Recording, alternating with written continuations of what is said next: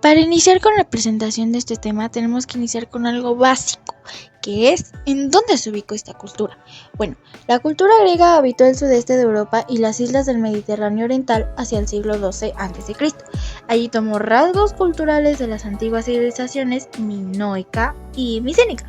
Se extendió por la costa de Asia Menor y más tarde por otras islas del Mediterráneo occidental, hasta que fue conquistada por los romanos en el siglo II a.C., es decir, el año 168 a.C. Ahora hablaremos sobre los dioses griegos. Cronos, también conocidos como Saturno.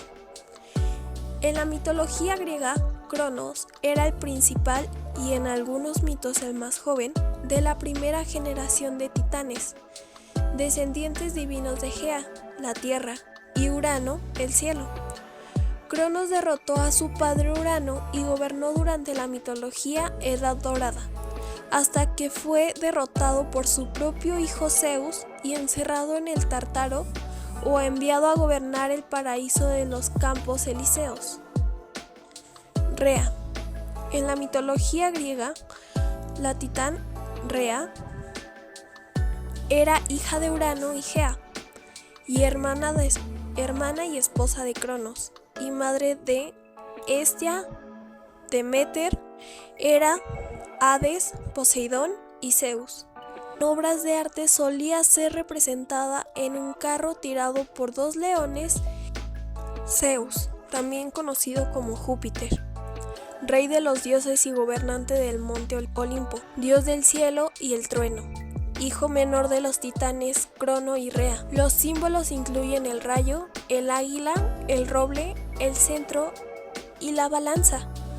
Hermano y marido de Hera, aunque tuvo muchas amantes, tanto diosas como mortales. Hera, también conocido como Juno o Juno, reina de los dioses y diosa del matrimonio y la familia, hija menor de Crono y Rea, esposa y hermana de Zeus. Los símbolos incluyen el pavo real, la granada, la corona, el cuco, el león y la vaca. Siendo la diosa del matrimonio, con frecuencia trata de vengarse de los amantes de Zeus y sus hijos. Poseidón, también conocido como Neptuno, señor de los mares, los terremotos y los caballos. Los símbolos incluyen el caballo, el toro, el delfín y el tridente. Medio hijo de Crono y Rea, hermano de Zeus y Hades. Casado con la Nereida Anfitrite, aunque como la mayor parte de dioses masculinos griegos, tuvo amantes de ambos sexos. Apolo, también conocido como Febo, dios de la música y las bellas artes, de la luz, el sol, la medicina, la belleza, el conocimiento, la poesía, la profecía y el tiro con arco. Los símbolos incluyen el sol, la ira, el arco y la flecha, el cuervo, el delfín, el lobo, el cisne y el ratón. Hijo menor de Zeus y Leto, hermano gemelo de Artemisa, líder de las musas inspiradoras. Tuvo muchas amantes, tanto diosas como mortales, y una extensa lista de hijos.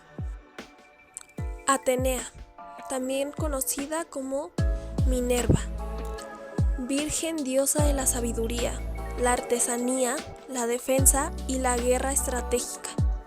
Los símbolos incluyen la lechuza y el olivo.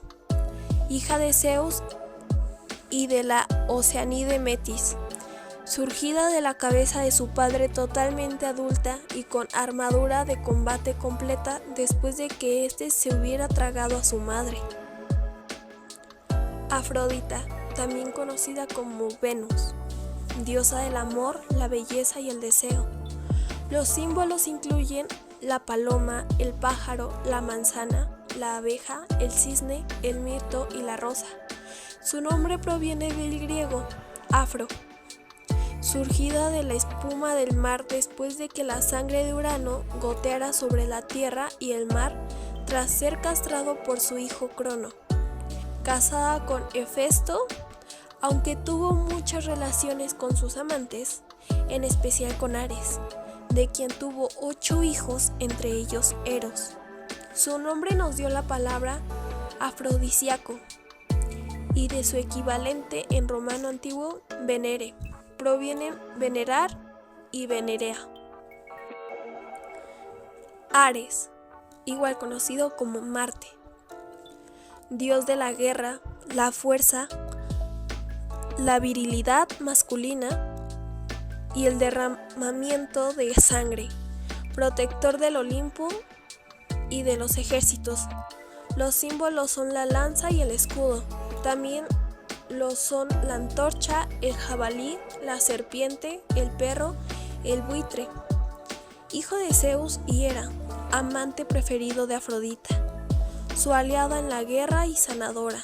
Su nombre romano, Marte, nos dio la palabra marcial, martes, día de la semana, y el mes de marzo.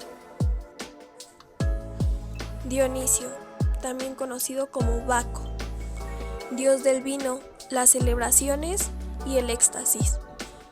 Dios patrón del arte del teatro. Los símbolos incluyen la vida, la hiedra, la copa, el tigre, la pantera, el leopardo, el delfín y la cabra.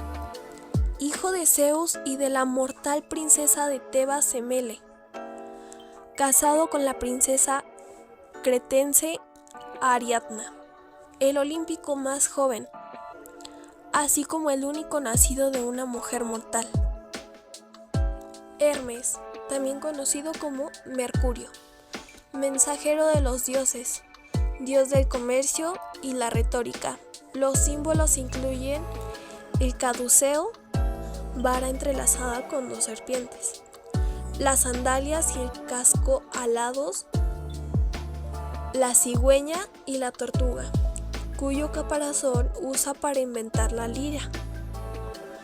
Hijo de Zeus y la ninfa Maía.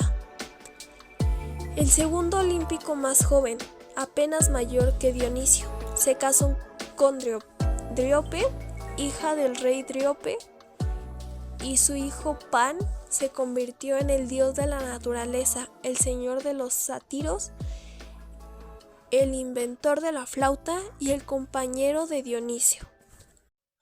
Artemisa, también conocida como Diana, diosa virgen de la caza, la virginidad, el parto, el tiro con arco y todos los animales. Los símbolos incluyen la luna, el ciervo, el perro de caza, la osa, la serpiente, el ciprés y el arco y la flecha. Hermana gemela de Apolo, hija mayor de Zeus y Leto. Hefesto, también conocido como Vulcano, maestro, herrero y artesano de los dioses, dios del fuego y la forja. Los símbolos incluyen el fuego, el yunque, el arca, el burro, el martillo, las tenazas y la codorniz. Hijo de Hera, con Zeus o sin él. Después de que él naciera, sus padres le arrojaron fuera del monte Olimpo, aterrizando en la isla de Lemnos. Casado con Afrodita, aunque a diferencia de la mayoría de los maridos divinos, raramente fue licencioso. Su nombre latino, Vulcano, nos dio la palabra volcán.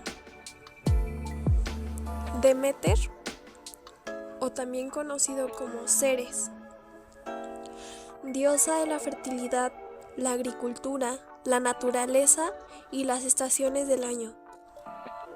Los símbolos incluyen la amapola, el trigo, la antorcha y el cerdo. Medio hija de Crono y Rea, su nombre latino, Ceres, nos dio la palabra cereal. Hestia. En la mitología griega, Hestia era una de las diosas olímpicas hija de Cronos y Rea, personificada el fuego del hogar. Apenas salía del Olimpo y nunca se inmiscuía en las disputas de los dioses y los seres humanos, por lo que paradójicamente pocas veces aparece en los relatos mitológicos, a pesar de ser una de las principales diosas de la religión griega y posteriormente romana. Cada uno de estos dioses es importante en la historia de la mitología griega. Por si no quedó totalmente claro, esta cultura fue politeísta. Una parte muy importante de esta cultura son los mitos, así que a continuación les presentamos 3 mitos sobre la cultura griega. El mito de Eco. Eco era una oreadas o ninfa del bosque y de la montaña. De sus labios salían las más hermosas palabras, pero tan hermosas eran que Zeus empezaría a sentirse atraído por ella. Hera, descubierta la traición, maldijo a Eco arrebatándole la voz y haciendo que solo pudiera repetir las últimas palabras que le dijera su interlocutor. Pasó el tiempo y la ninfa se enamoró del joven Narciso. Observándole a escondidas, un día el joven se apartó de sus compañeros y percibiría a la ninfa. Sin embargo, la rechazó con crueldad, algo que provocó que la ninfa pasara a esconderse en una cueva, donde se consumió hasta solo quedar su voz. La caja de Pandora.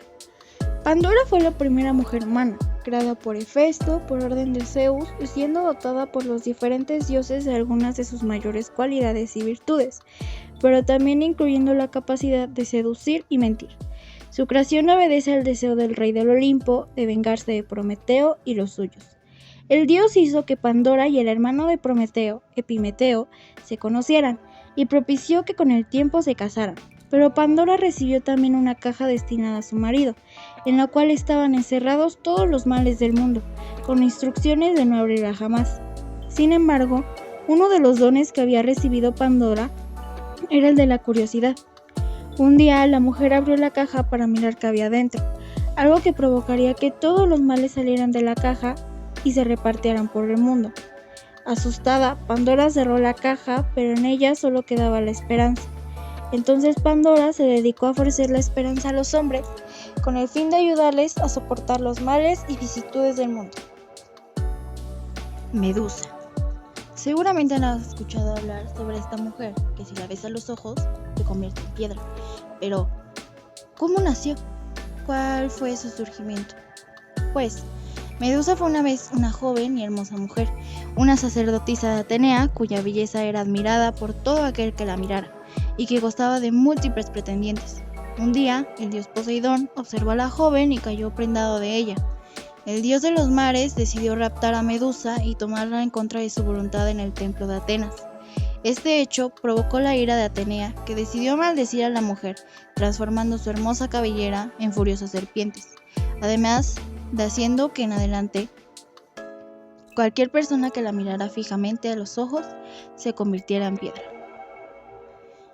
Este es uno de los mitos que tiene diferentes versiones, pero en todos ellos, Medusa se convierte en una mujer con serpientes por cabello.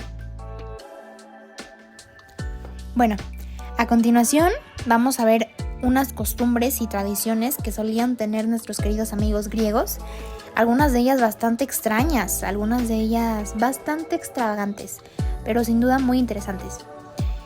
Número 1. El control de la natalidad. Y aquí es muy importante mencionar a Soranus de Éfeso, quien fue un médico griego que vivió durante el siglo II después de Cristo. Fue un discípulo de Hipócrates, de quien escribió incluso una biografía, pero es más conocido por un monumental tratado en 4 volúmenes titulado Ginecología, donde su famosa receta es lo que le dio la fama, vaya. En esta decía que para las mujeres que querían evitar el embarazo, debían de contener la respiración durante el coito, hacer abdominales y toser energéticamente después de haber concebido el acto. Y sin duda las mujeres griegas lo consideraban un método anticonceptivo bastante fiable, ya que se creía que los hombres de esa época tenían muy poca responsabilidad en el hecho de que la mujer quedara embarazada o no. Algo que no nos sorprende. Pero bueno, número 2, los entierros. Según la mitología griega, antes de entrar en el inframundo o Hades, todos los difuntos debían atravesar un río llamado Aqueronte, donde por suerte había un barquero de nombre Caronte que transportaba con mucho gusto a las almas muertas al otro lado, pero todo esto por un módico precio. La gente viva temía que sus seres queridos no pudieran permitirse el viaje, por lo que se acostumbraba a enterrar a los hombres y mujeres griegos con un trozo de oro bajo la lengua, o en su defecto, con 2 monedas cubriendo los ojos. Con ese dinero, los difuntos se aseguraban su paso seguro al inframundo. Y bien, número 3, hablemos de los tabúes alimenticios. Beber leche en esa época para los griegos sin duda era un tabú. También no era comer carne de animales domésticos, cuya carne se destinaba exclusivamente a las ofrendas a los dioses. Inclusive los animales que se podían comer tenían que ser sacrificados a los dioses antes de poder ser cocinados por los humanos. Y los rituales de purificación tenían que ser realizados por cualquier individuo antes de poder comer la carne. El hecho de no hacer todo este ritual significaba hacer enfadar a los dioses. Otra institución que se basaba en gran medida en los tabúes era la llamada Syssitia. Se trata de una comida obligatoria organizada por determinados grupos de personas, ya sean religiosos, sociales o militares, pero en la que solo podían participar los hombres y los niños. Mujeres estaban prohibidas. Algo bastante extraño, bastante confuso, pero ahora hablemos de algo inclusive más tabú. Tabú en esta época, pero bastante común para ellos. Hablemos de la número 4, de la desnudez. El pueblo griego estaba realmente orgulloso de su cuerpo, y lo podemos notar en las estatuas que tenían, pues la mayoría estaba completamente al desnudo. Y aquí tanto los hombres como las mujeres dedicaban grandes esfuerzos a mantenerse bellos. Por ejemplo, en la antigua Grecia se aplicaban muchos tratamientos de belleza, como por ejemplo las mascarillas faciales.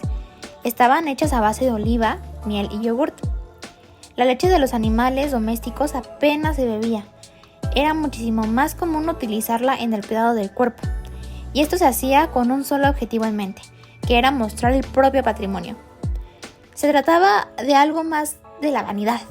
La idea era apelar a los propios dioses, demostrar la valía ante las deidades.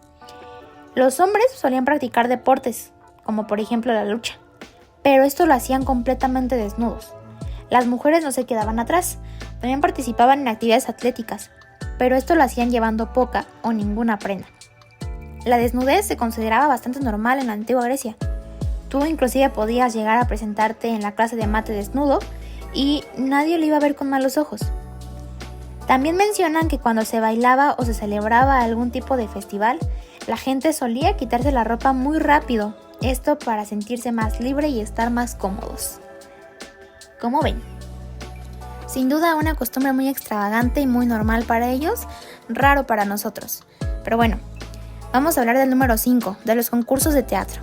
Y aquí es fundamental mencionar a Atenas. Atenas se convirtió rápidamente en el centro cultural del país y su festival de teatro, llamado Dionisa, que fue con mucho la más popular. Todos los grandes dramaturgos representaron sus obras en Atenas. Entre ellos estaba Esquilo, Aristófanes, Sófocles y Eurípides. Los teatros de la antigua Grecia solían construirse en una superficie plana al pie de una colina, mientras que los asientos se tallaban directamente en la ladera rocosa, para que todos pudieran ver perfectamente lo que estaba pasando en el escenario. Durante el Festival Anual de Teatro de Primavera, la Dionisa, los dramaturgos mostraron sus obras y compitieron para saber cuál era la que más le gustaba al público. Debían representar 3 tragedias, un sátiro, y a partir del siglo V a.C., también la comedia. Y bueno, si creyeron que lo anterior fue algo raro o algo extraño, déjenme decirles que las que vienen son todavía más. Empezando por la número 1, la infidelidad. La infidelidad en esa época no era algo bien visto, y a la persona que se le encontrara siendo el infiel a su hombre o a su mujer con la que estaban ya casados, se le daba un castigo bastante cruel y sobre todo doloroso. Esto era tanto como para hombres como para mujeres, ninguno de los dos se salvaba. Y el castigo consistía en insertar una raíz de jengibre pelada. En caso de que fueras mujer, la insertaban en la vagina. En caso de que fueras hombre, la insertaban en el ano. Y esto obviamente causaba dolores muy intensos a la persona que cometía la infidelidad. haciendo así que pidiera perdón a la persona que sufrió de la infidelidad. Sin duda una tradición bastante creepy, bastante dolorosa, así que es por eso que es mejor no cometerlo. Vámonos con la siguiente, que es el innombrable. En la antigua Grecia, decir el nombre de Erostrato era algo que estaba básicamente prohibido. Y es que Erostrato fue la persona encargada de quemar el templo de Artemisa. Erostrato fue ejecutado por la acción, y luego de esto se le prohibía a los griegos decir su nombre. La persona que lo mencionara estaba condenada a recibir una pena directa de muerte. He ahí el por qué se le llama el innombrable. Y bueno, pasemos a lo siguiente, que es acerca de la belleza y la higiene. Y es que las mujeres libres en esa época siempre solían llevar el cabello largo, mientras que las esclavas tenían el cabello corto. Las primeras, o sea las libres, dedicaban mucho tiempo a cuidarse, con perfumes y cosméticos obviamente. Además de que para esa época ellas se maquillaban, se pintaban las uñas e inclusive ya se depilaban. O sea que la imagen para ellas era de las cosas más importantes como mujer. Es bastante sorprendente ver cómo desde esa época las mujeres nos han inculcado que tenemos que estar presentables para cualquier ocasión. Obviamente dependiendo de tu estatus social. Pero bueno, pasemos ya con una de las últimas, que es acerca de los matrimonios concertados. Y es que los matrimonios en esa época sí eran arreglados, de manera que el padre de la joven buscaba al mejor pretendiente o al mejor marido para su hija. Las chicas griegas se solían casar entre los 15 o 16 años y generalmente, por no decir que la mayoría de veces, con un hombre mayor. Este podía ser un socio de su padre, pero también podía ser un tío paterno, así que sí, se solía cometer el incesto. Esto sin duda nos deja muchas cosas que pensar y muchas cosas para analizar acerca de los griegos, pero bueno, pasemos con la última tradición y sin duda la más característica de Grecia, que son los Juegos Olímpicos. Este festival deportivo se solía celebrar en honor al dios griego Zeus. Se organizó por primera vez en Olimpia en el año 776 a.C. Los juegos originales presentaban solo un evento. Era una carrera a pie llamada estadión, pero luego se expandió para incluir otros eventos deportivos. Los Juegos Olímpicos modernos, inspirados en la antigua tradición griega, se celebraron por primera vez en 1896 en Atenas, Grecia, y siguen siendo uno de los eventos deportivos más importantes en la actualidad en el mundo. Apenas es un secreto que los Juegos Olímpicos modernos, que se celebran cada 4 años en distintos países, son una repetición de los que tenían lugar en la antigua Grecia. Y la verdad es que estas competiciones modernas tienen poco que ver con las fiestas atléticas celebradas en el honor a Zeus. Y prácticamente la única coincidencia está en la frecuencia con lo que lo hacen. En Grecia, los concursantes que representaban a todas las ciudades-estado del país acudían al santuario de Zeus para demostrar su fuerza o habilidad en el deporte. Los concursos incluían exhibiciones de atletismo, pero también de lucha y un oscuro arte marcial griego. Este era conocido de nombre Pancratión. Las pruebas de carreras de caballos y carros eran una de las más populares en las Olimpiadas. Y bueno, esto es todo de las costumbres y de las tradiciones. Como pudieron ver, algunas eran bastante caóticas. Nada que hoy en día se ha visto, pero en esa época créanme que eran de lo más común y que la gente solía hacer con bastante frecuencia. Así que sí, no estaban locos, solamente tenían otra mentalidad y tenían otras cosas por las cuales preocuparse. A continuación, literatura griega. La literatura occidental empieza en todos sus géneros en Grecia. La literatura griega comienza para nosotros en las epopeyas homéricas con 2 obras que presentan ya gran madurez y perfección, la Ilíada y la Odisea. Las 2 obras citadas son las primeras obras de la literatura occidental que nos han sido transmitidas de manera escrita. Hasta entonces solo disponemos de los testimonios escritos en las tablillas micénicas del llamado lineal B.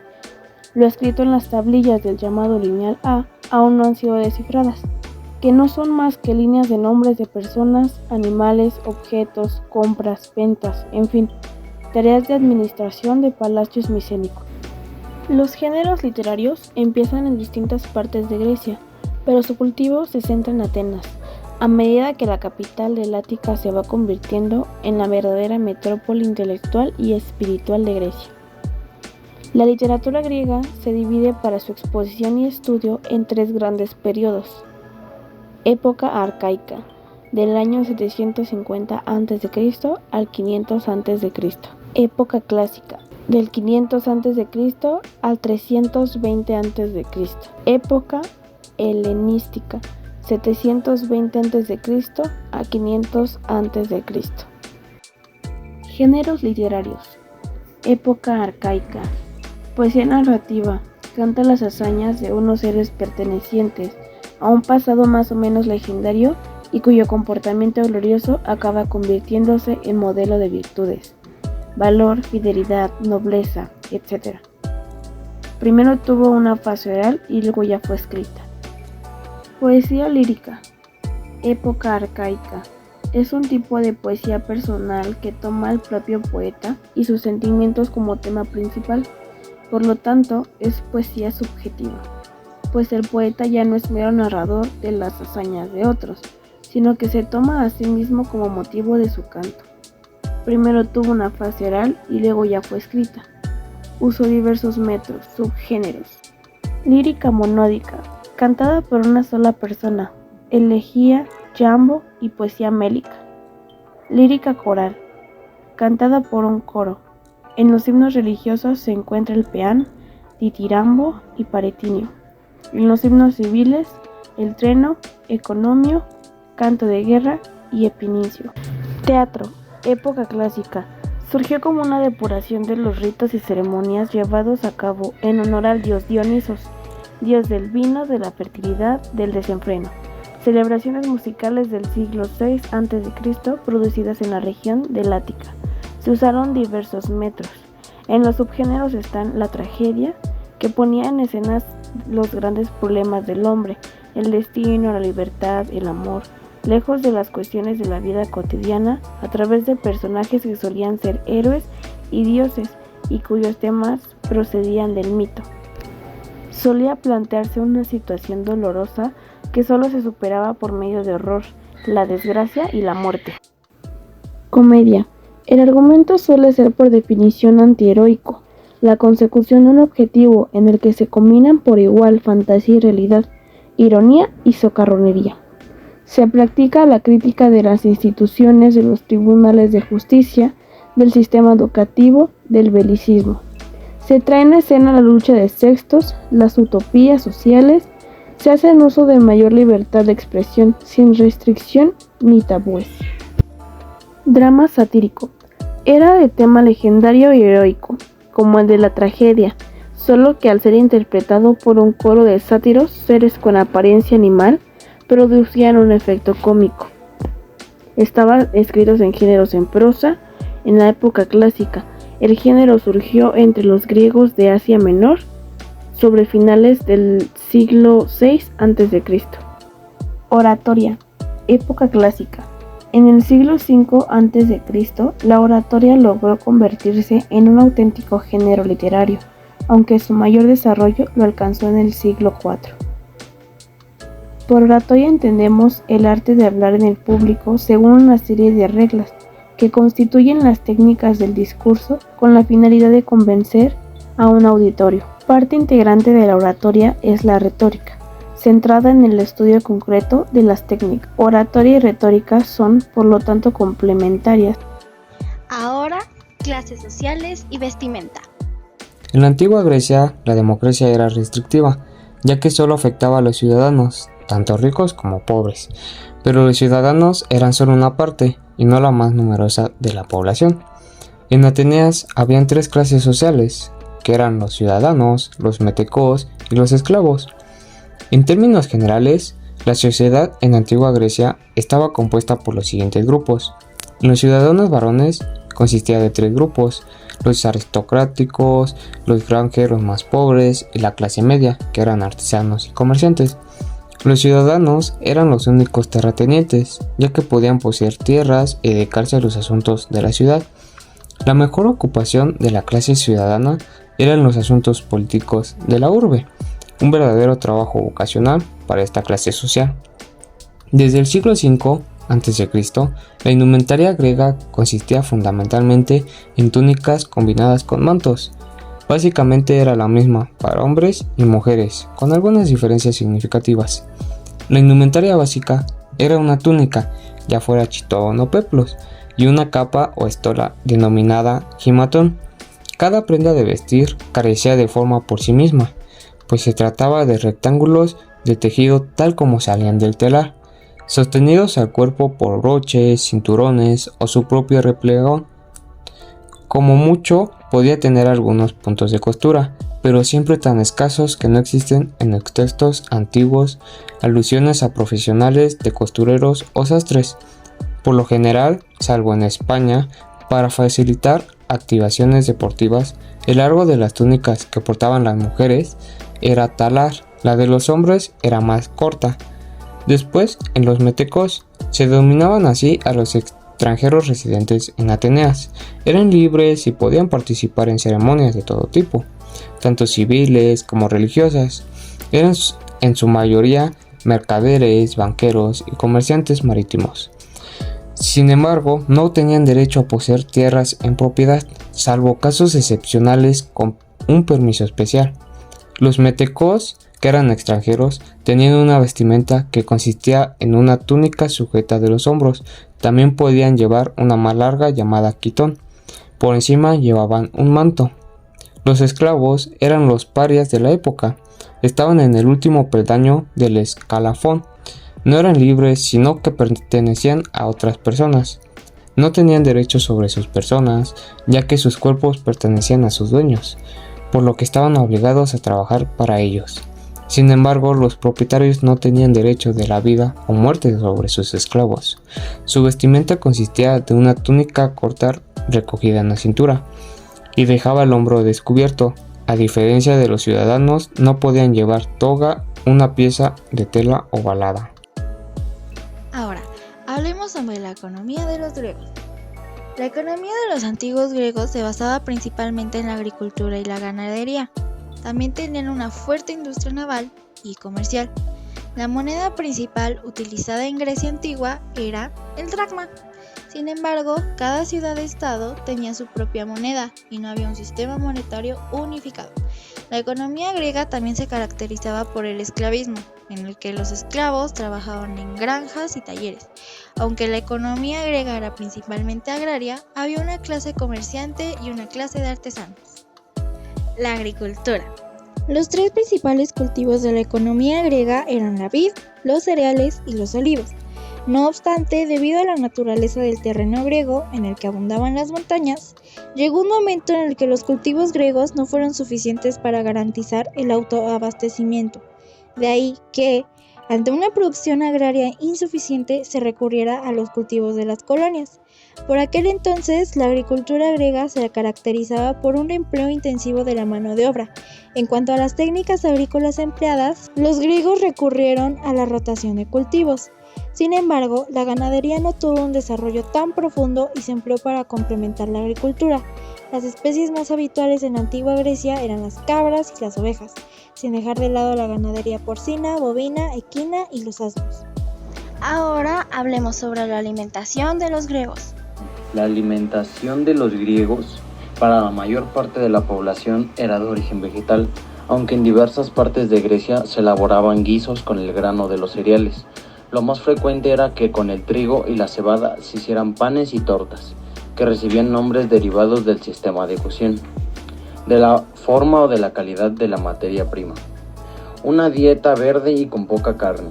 También eran fundamentales en la alimentación cotidiana los purés y los guisos de las legumbres, como garbanzos, lentejas, habas o guisantes, que se empleaban secos y no frescos. Junto a ellas, verduras y hortalizas ocupaban un lugar destacado, aunque eran vistas como un alimento barato. Arquitectura griega. La arquitectura griega antigua ha sido una gran influencia para muchos en el resto del mundo, así como lo fue su similar romana. Es increíble cómo puedes todavía conseguir diseños actuales en donde se puede apreciar algunas características de esta antigua arquitectura. La arquitectura griega y sus características. 1. Es monumental. Gran parte de las estructuras o edificaciones griegas son al estilo monumentos, son muy grandes. 2. Arquitectura equilibrada.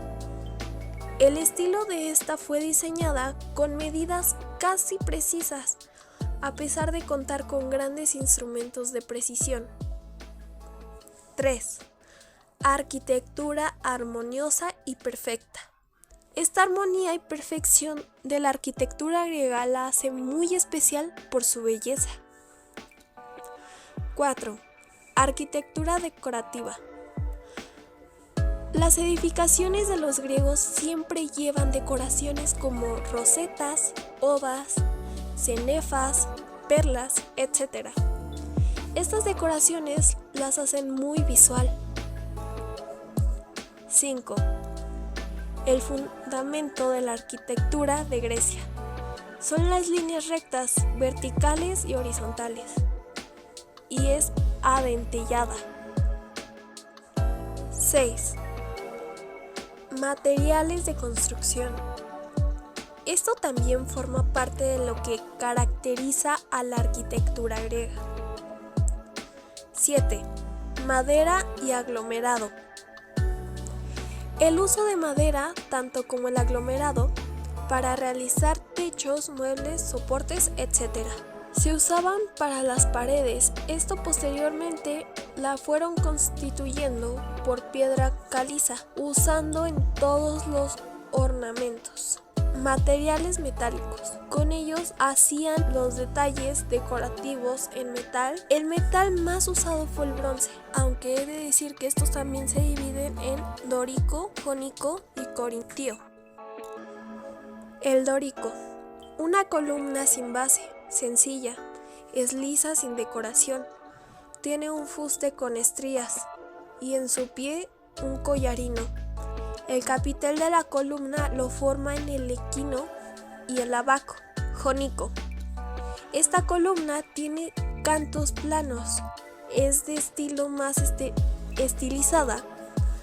El capitel está formado por el equino, las volutas y el abaco.